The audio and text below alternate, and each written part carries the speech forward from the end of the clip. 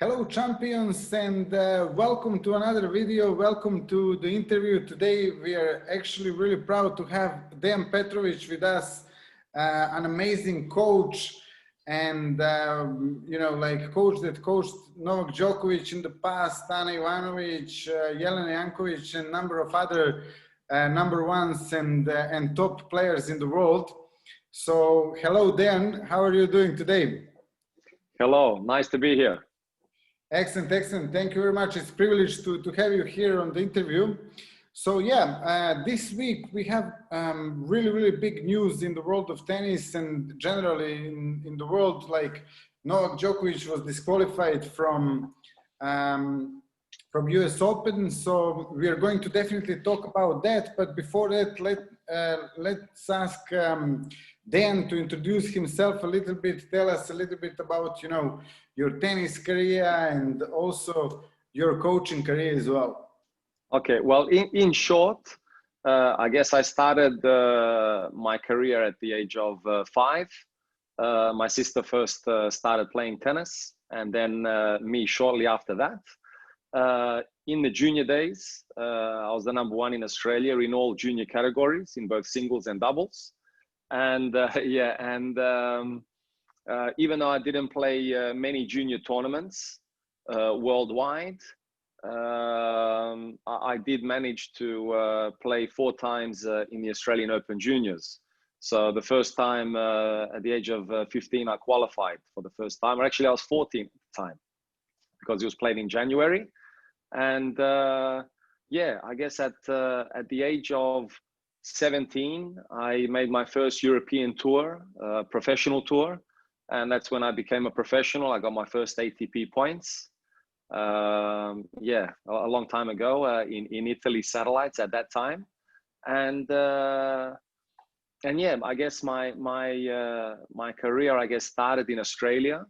And then at the age of 23, I made my move to Serbia, I guess, with my parents. And then I ended up playing for the Serbian Davis Cup team when Nenad Zimonjić was the Davis Cup captain. And yeah, so I guess, and then yeah, so that's in short. So basically, that's your playing career, and I know you reached sort of very close to top 100 as well as a player. I've seen that on Wikipedia. I was doing my research as well. But anyway, we know each other from the tour for many years, and we're very good friends as well. But so then after your career as a player, yeah, you moved into coaching. How was that transition and how that happened? Well, you know what, the transition is not easy. I guess the transition from juniors to seniors, and also from being a professional to becoming a coach. Yeah, it's one of those tough decisions where it comes a point in your career where, you have to decide whether you're going to continue playing as a professional or put your rackets up, I guess, and start coaching. Now, mine is a little bit specific in the sense of I was still a tennis professional. I was a tennis professional. And then I guess when I came to Serbia, yeah, I mean, Novak was, back then, he was part of the team. The first time I played for Serbia was against Bulgaria. He was the number 5 player in the team. But before that, I knew him as well. I knew of him, I guess, as a friend of mine was his coach. And then, yeah, so I guess his father approached me for the first time, or I guess the first time he came to my academy in Kragujevac. And then, yeah, I guess after being 10 days at my academy, he went on to play a Futures and a Challenger in Hungary. He ended up winning both. And after that, I think, every second day I was getting a phone call from Srđan to become the coach of his son. And then, yeah, literally after 3-4 months of him being at my academy, I accepted the offer of being the coach of Novak. And that's when I guess I stopped my career, which wasn't easy. I guess those 3-4 months, I did a lot of thinking. And yeah, I guess, yeah, and I Yeah. guess yeah. Absolutely. And then you worked with Novak. I heard basically that you worked with him and he qualified first time for Wimbledon. Is that correct? Or some That's other correct. Well, yeah, the first, I guess, yeah, I worked with him.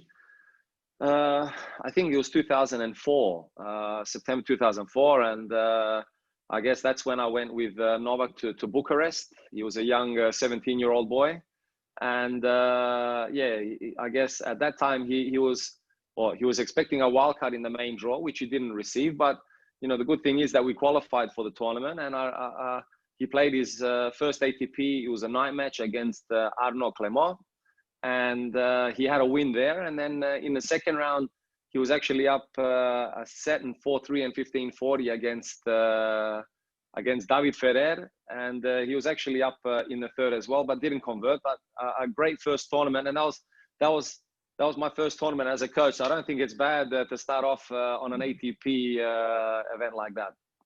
Yeah, great. But yeah, as you said, that was the first. But it's not only Wimbledon. It was also I took him to his first 3 Grand Slams as a professional. So the Australian Open, Roland Garros, and Wimbledon, where he qualified for every Grand Slam. And since then, I guess when he qualified for Wimbledon, he got to the third round, and then yeah, he got inside the top 100 and never had to play a qualifying match for a Grand Slam. Yeah, very good, excellent. So it was probably very good moments as a first time being a coach, and then you know having player on Grand Slam and qualifying.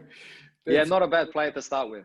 Yeah, absolutely. That's fantastic. So let's go into this situation now that happened this week, because you worked with Novak and you know him really well in that sense as a player and everything.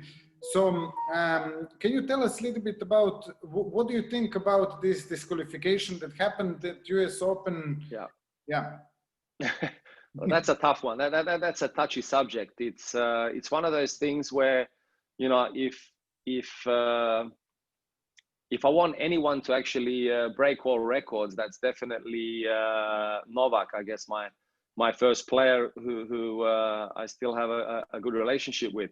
But in the sense of tennis and the tennis rules, you know, I mean, that situation is very similar to, I guess, the Tim Henman in 1995 when he played with Jeremy Bates, where it's similar as well, where when he lost the point with the other ball that he had, he hit it in the direction, naturally not towards anyone, but the ball girl was running across and it accidentally hit her direct. And it's one of those things where it's a tough call. I mean, it's a very tough call. If, you know, the unfortunate thing is everyone wants to see the great players doing well, and but I guess with the tennis rules, yeah, unfortunately, I guess rules are rules. So it's a tough call, but yeah, I mean, yeah, what can you say? Yeah, absolutely. I mean, definitely, it was a tough call, you know, for the tournament as well, for the supervisors and everyone. But yeah, now this is it. We are actually there is a first time now opportunity for these young players to actually win the tournament, and it's going to be interesting to see like who is going to win. But what are your sort of predictions, if you have any? Oh, yeah. You know, well, it's tough. I mean, it's that open that I think that it can go any way. It's definitely interesting that for the first time, I guess from I guess 2004, you don't have one of the top 3 players in the semifinals. And so that being said, I think that yeah, by having a new champion, yeah, it's going to be a little bit more interesting, I guess, in the future as well. I think that, you know, the youngsters, it's their time as well, a little bit to shine, and I guess yeah, a little bit of luck as well. But you know, who wants it more and who's a little bit more prepared? Yeah, so it'll be very interesting. So yeah, but, definitely. Absolutely, absolutely. So, I mean, that's pretty much it in terms of time. We have only like a couple of minutes left today. Okay. Yeah. You said you're very busy now. So tell us, please, what do you do? What do you do now? What do you do at the moment? Okay. At the moment, I have my own tennis academy in Kragujevac, Serbia. So that's where I am. That's where I'm based. I have, I guess, since the Corona, I've been working with a lot of young juniors from my actual city, which is nice.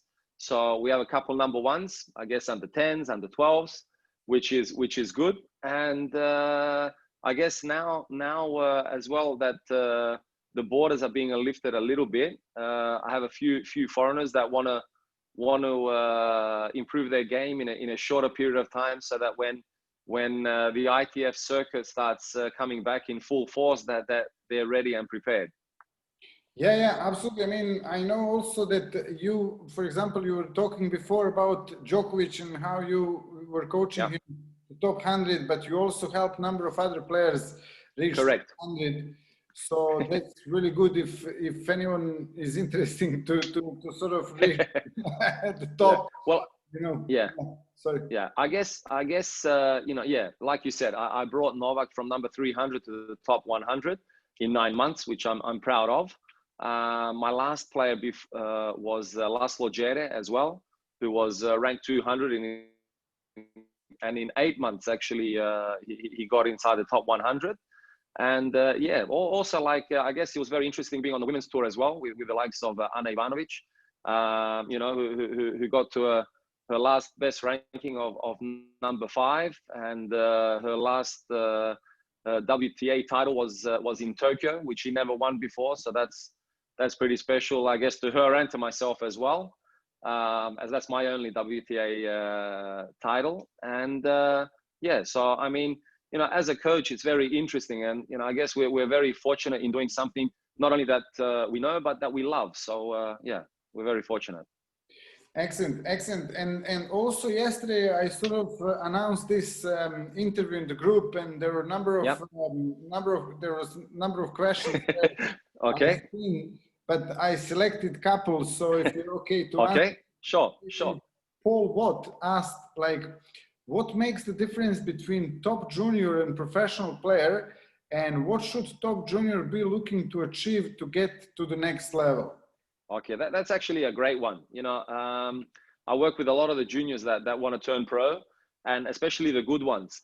I guess I worked with Ivanovic, that was the number 1 junior in the world, and Nikola Milovic as well, who I brought to the number 1 junior in the world, who's, I guess, at the age of 24 is ranked 150. But the next level, you know, the transition, the juniors think that, you know, that it's an easier road. They think that, you know, they're winning all these titles, and then when I become professional, that's going to be easy. You know, everyone wants to be top 100, and that's what I'll be. But they don't realize how much more harder they have to actually work to become professionals inside the top 100. And also, I guess, you know, I know that in the men's, it's between the age of 24 and 25 on average that they actually reach the top 100. So it's definitely a marathon in the sense of it takes time to actually get inside top 100. You need 1 calendar year to do really well. But in order to do really well on 1 calendar year, you got to be physically prepared, you know, I guess injury free. And yeah, the intensity of your practice sessions has to be at a much higher level. Yeah, yeah, excellent. Thank you very much for that. And then there was another question from Truong Hong, but I think you already answered it. Yes, if you have chosen Djokovic or he has chosen you to be his coach, why, you know, what was the reason? Okay. So, well, I guess, no, he chose me. So, you know, I guess, you know, I was actually the first, you know, until the age of 17, Srđan, the father of Novak, was traveling always with Novak. So I was very privileged to be his first professional coach and professional touring coach. So at the time, I and a friend of mine, Miloš Jelisavčić, who was the physiotherapist, it was just me and him who actually traveled with Novak. So it was his choice to actually work with me. So, you know. Excellent. I'm happy about that as well. Yeah, great stuff. Absolutely. Thank you very much for being with us today and for taking time to actually join this interview. Thank you all for watching. If you have any more questions for Dan, please ask, and maybe we can organize this kind We'll of... have another session. Yeah, absolutely. Okay, thank you all very much. Thank you for watching. Bye-bye.